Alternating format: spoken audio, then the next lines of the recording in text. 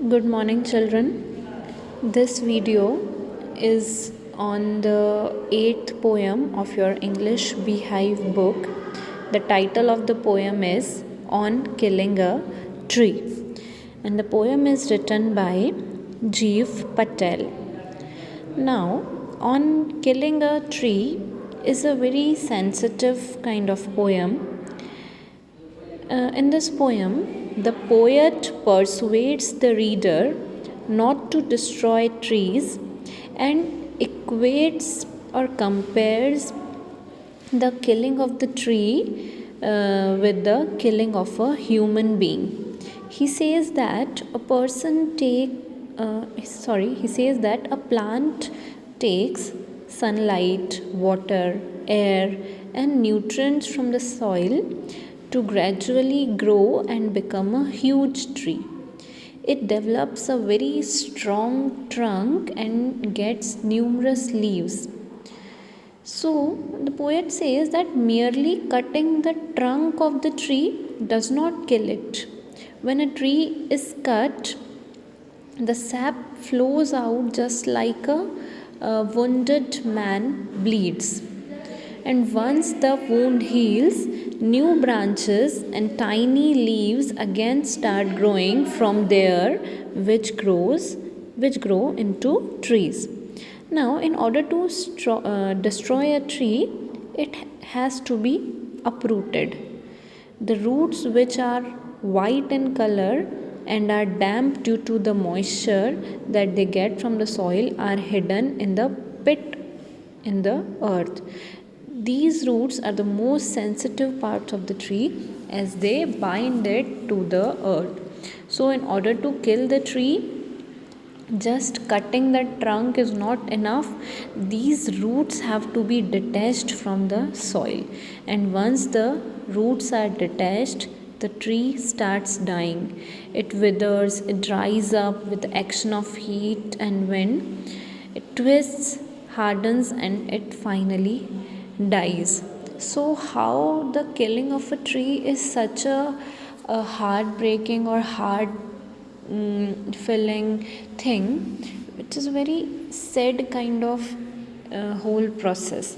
So just people just take a big knife and they cut the trunk of the tree and use it for different thing, but the poet has compared each activity of cutting a tree. He has compared each activity to the killing of a human being. So now let us start with the first stanza. So it says, it takes much time to kill a tree, not a simple jab of the knife will do it. It has grown, slowly consuming the earth, rising out of it, feeding upon its crust, absorbing years of sunlight, air, water, and out of its leprous hide, sprouting leaves.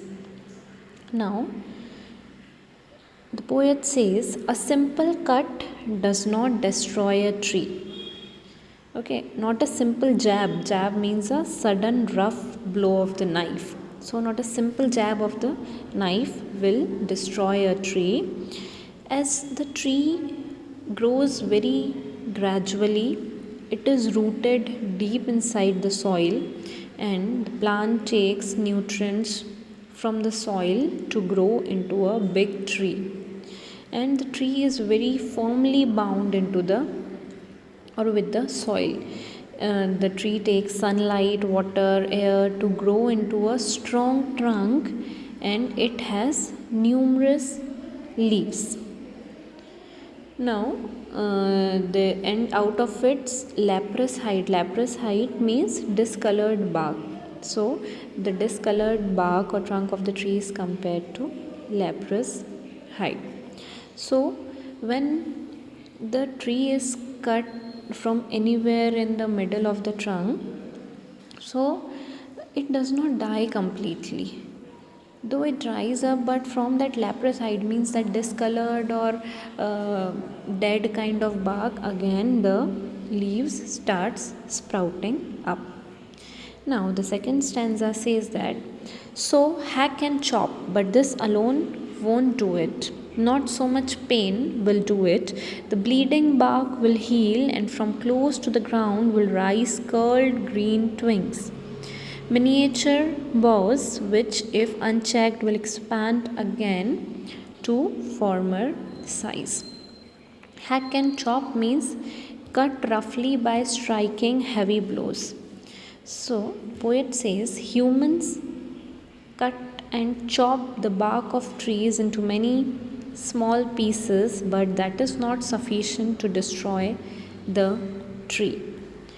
This much pain is not enough for the tree to die, because the bleeding bark means the poet here is comparing that when the human beings get some cut, in the way the blood comes out, they start get bleeding. In the same manner, the bark from where the tree is cut, the bark start bleeding. So poet says the point of the tree which gets cut gives out the sap. Sap means the seed or the inner soul, just like human beings bleed in the same way that bark also starts bleeding. But he says that gradually this wound will also heal up, and from there itself new branches again starts growing back. And if it is unchecked, means it is not being cut again, the tree will again expand into its former size, into a big large tree, because the roots which are deep inside the soil keeps giving nutrients to the tree to grow. Now the next stanza. No, the root is to be pulled out of the anchoring earth. It is to be roped, tied, and pulled out, snapped out, or pulled out entirely out from the earth cave. And the strength of the tree expose the source white and wet, the most sensitive hidden for years inside the earth.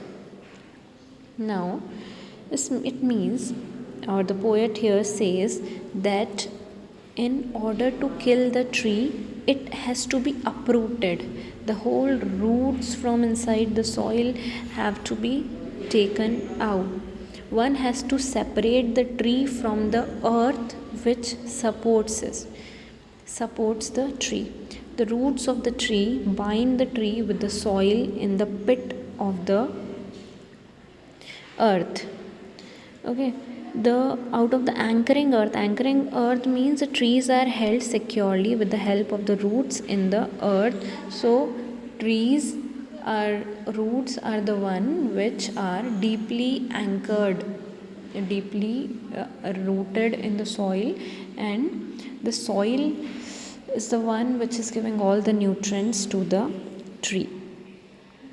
So the roots of the tree bind the tree with the soil in the deep earth, and from there the most sensitive and hidden part of the tree, that are the roots, they have to be detached in order to kill the tree. And the roots here are white in color and are very damp. Okay, and the snapped out means chopped out. All the roots have to be taken out and chopped out, pulled out completely from the cave of the earth in order to cut off the strength of the tree. And the most sensitive parts, the roots, have to be taken out from inside the earth. Now the last para says, then the matter of scorching and choking in sun and air, browning, hardening, twisting, withering, and then it is done. Now here, scorching and choking means the drying up of the tree after being uprooted.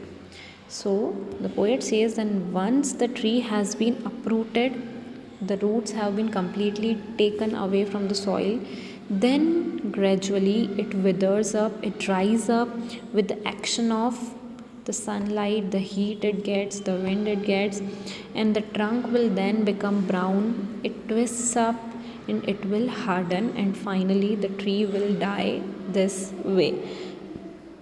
So